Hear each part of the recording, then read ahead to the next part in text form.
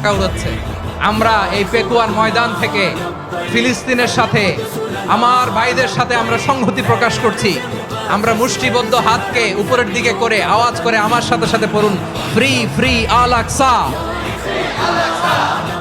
একজন ভাই আমরা বাকি থাকবো না, হাত উঁচু করে প্যান্ডেলের সামনে পেছনে আকাশ বাতাস মুখরিত করে আওয়াজ করে পড়ুন, ফ্রি ফ্রি আল আকসা। আওয়াজ তুলে পড়ুন, ফ্রি ফ্রি আল আকসা, ফ্রি ফ্রি আল আকসা।